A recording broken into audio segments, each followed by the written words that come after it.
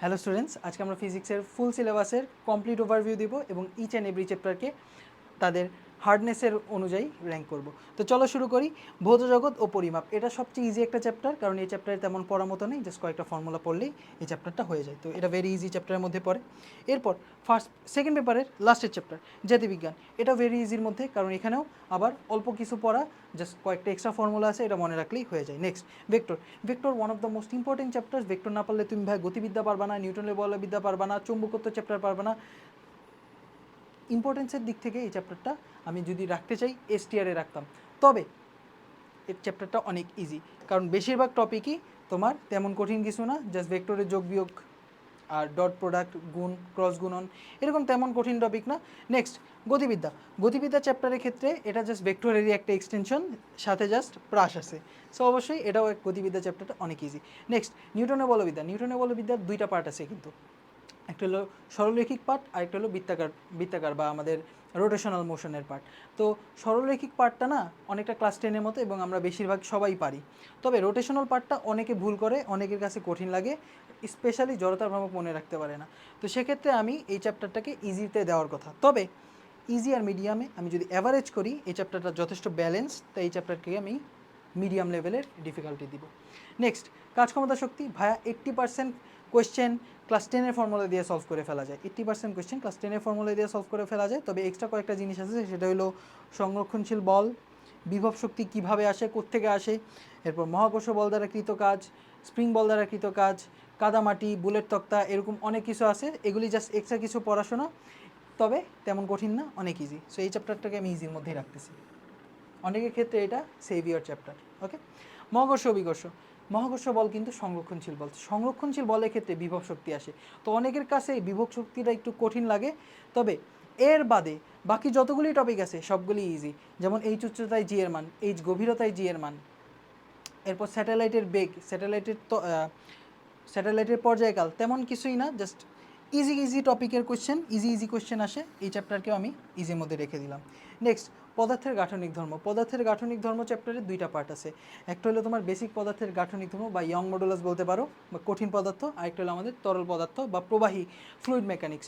তো এই চ্যাপ্টারে ফ্লুইড মেকানিক্স পার্টটা অনেকের কাছে একটু কঠিন লাগে, তবে আমাদের প্রথম পার্টটা কিন্তু হুকের সূত্র বা এরকম ইয়াড়া এগুলি একটু ইজি লাগে। তো সেক্ষেত্রে এই চ্যাপ্টারটাকেও আমি মিডিয়ামের মধ্যে রাখতে চাচ্ছি, বা এটার চ্যাপ্টারকে আমি ইজির মধ্যেই রাখি, কারণ ফ্লুইড মেকানিক্সটার জাস্ট ফর্মুলা বেস কোয়েশ্চেনই আসে, তেমন কঠিন কিছু আসে না, তবে অ্যাডমিশনে চাইলে কিন্তু যথেষ্ট প্যাচ দিয়ে কোয়েশ্চেন করা যায়। আচ্ছা, নেক্সট পর্যাবৃত্ত গতি one of the fundamental chapters in physics, কারণ এখানে তোমার স্পেশালি এসএইচএম, বিভিন্ন বস্তু বিভিন্ন সিস্টেমের সরলছন্দিত স্পন্দন গতি বের করা, এক্ষেত্রে চাইলেই অনেক প্যাঁচায় কোয়েশ্চেন দেওয়া যায়, তবে বোর্ড লেভেল থেকে যদি চিন্তা করি এই চ্যাপ্টারটা অনেক easy.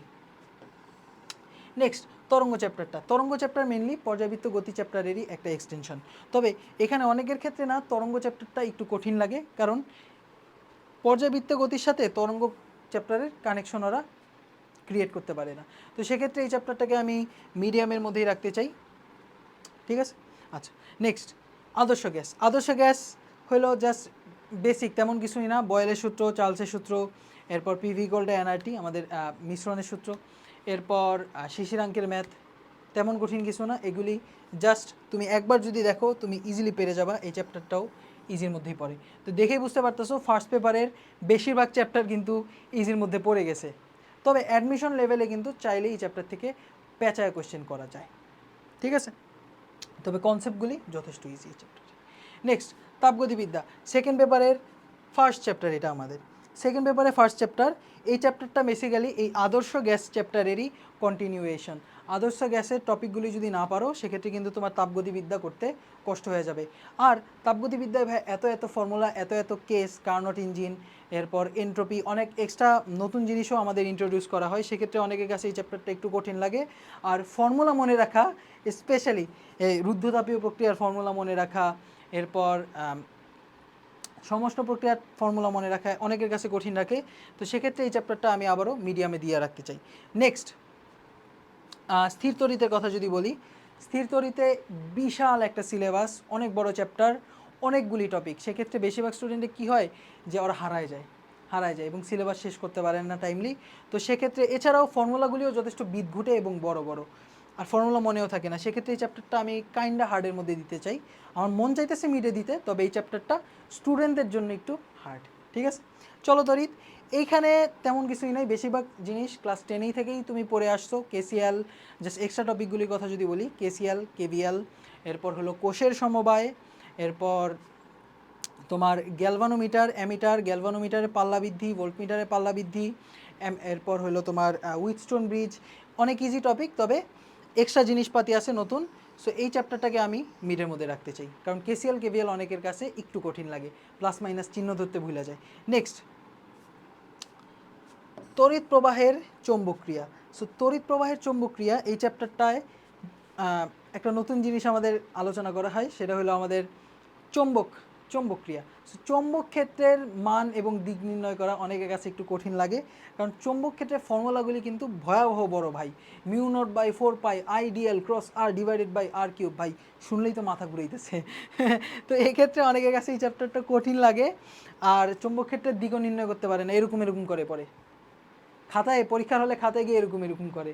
So just cross গুণনের formula দিয়ে এই চ্যাপ্টারের কোয়েশ্চেন সলভ হয়ে যায়, তবে স্টুডেন্টদের কাছে, স্টুডেন্টদের পার্সপেক্টিভ থেকে চিন্তা করলে এই চ্যাপ্টারটা ইজ কাইন্ড হার্ড। আচ্ছা, নেক্সট, তড়িৎচুম্বক আবেশ। বেসিক্যালি তড়িৎচুম্বক প্রবাহ ও চৌম্বক ক্রিয়ারই এক্সটেনশন পার্ট হলো আমাদের তড়িৎচুম্বক আবেশ। তবে এই চ্যাপ্টারের মতো এই চ্যাপ্টারে তেমন ফর্মুলা নেই, এই চ্যাপ্টারে অনেক কম ফর্মুলা। এছাড়াও এই চ্যাপ্টারে সর্বপ্রথম আমাদের এসি কারেন্টের কিছু ম্যাথ করানো হয়। তো এই চ্যাপ্টারটা অনেকের, বেশিরভাগ স্টুডেন্টের কাছে মিডিয়াম লাগে, কারণ নতুন টপিক তো সবার কাছে একটু কঠিন লাগবেই, তবে তেমন কঠিন না, এই কারণে এই চ্যাপ্টারটাকে আমি মিডের মধ্যে রাখলাম। ওকে ওকে, ভৌত আলোক বিজ্ঞান, জ্যামিতিক আলোক বিজ্ঞান। আচ্ছা, জ্যামিতিক আলোক বিজ্ঞান, ভাই রে ভাই, এত ফর্মুলা, প্রচুর ফর্মুলা, প্রচুর ডেরিভেশন। এরপর দেশি বইয়ের সাথে বিদেশি বই মিলে না, এই বইয়ের সাথে এই বই মিলে না, মানে পুরো একটা জগা খিচুড়ি অবস্থা। তো কোথাও ঠিকমতো আসলে কোনো বইয়ে ভালো করে লেখা নেই, এই কারণে স্টুডেন্টরা আমরা কনফিউশনে ভুগে। তো সেক্ষেত্রে এই চ্যাপ্টারটা সেই হিসাবে আমার হার্ডেই রাখা উচিত।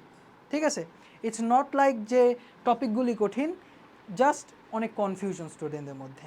ঠিক আছে, আচ্ছা, নেক্সট, ভৌত আলোক বিজ্ঞান, এটা একদম ইজি একটা চ্যাপ্টারের মধ্যে পড়ে, জাস্ট কয়েকটা ফর্মুলা মনে রাখতে পারছো, ঠাক করে ম্যাথ মিলে যাবে।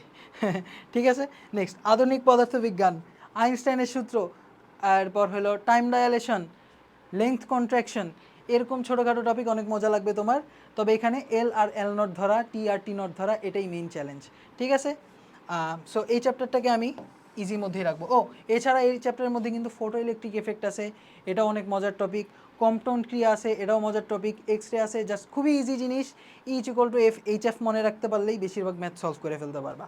এরপর নেক্সট, নিউক্লিয়ার পদার্থবিজ্ঞান, এই চ্যাপ্টারও আমি ইজির মধ্যেই রাখবো, কারণ এখানেও ওই সেম জিনিস ভাই, বোর মডেল আছে প্রথমে, এরপর হলো নিউক্লিয়াসের কথাবার্তা আছে, আলফা বিটা কণা, আলফা বিটা গামা কণার রেডিয়েশন, এটা আছে, এরপর হলো E=mc², এটা আছে।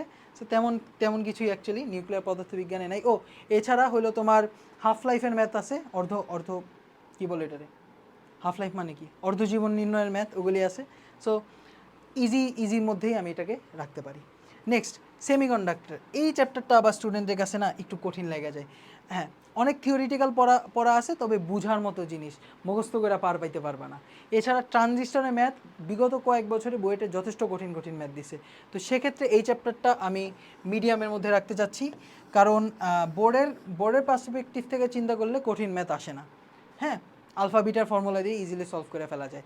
আর ওই যে P type semiconductor, N type semiconductor, P আর এন মিশায়া পিএন জাংশন ডায়োড, সেরকম ইজি টপিক আসে। তো আশা করি বুঝতে পারছো। এখানে দেখো খেয়াল করে যে ইজি চ্যাপ্টারগুলির মধ্যে বেশিরভাগ ফার্স্ট পেপারের চ্যাপ্টার পড়ে, আর মিডিয়ামের মধ্যে বেশিরভাগ সেকেন্ড পেপারের টপিক পড়ে, আর হার্ডের মধ্যে বেশিরভাগ সেকেন্ড পেপারের টপিক পড়ে, মানে পুরাটাই সেকেন্ড পেপারের টপিক পড়ে।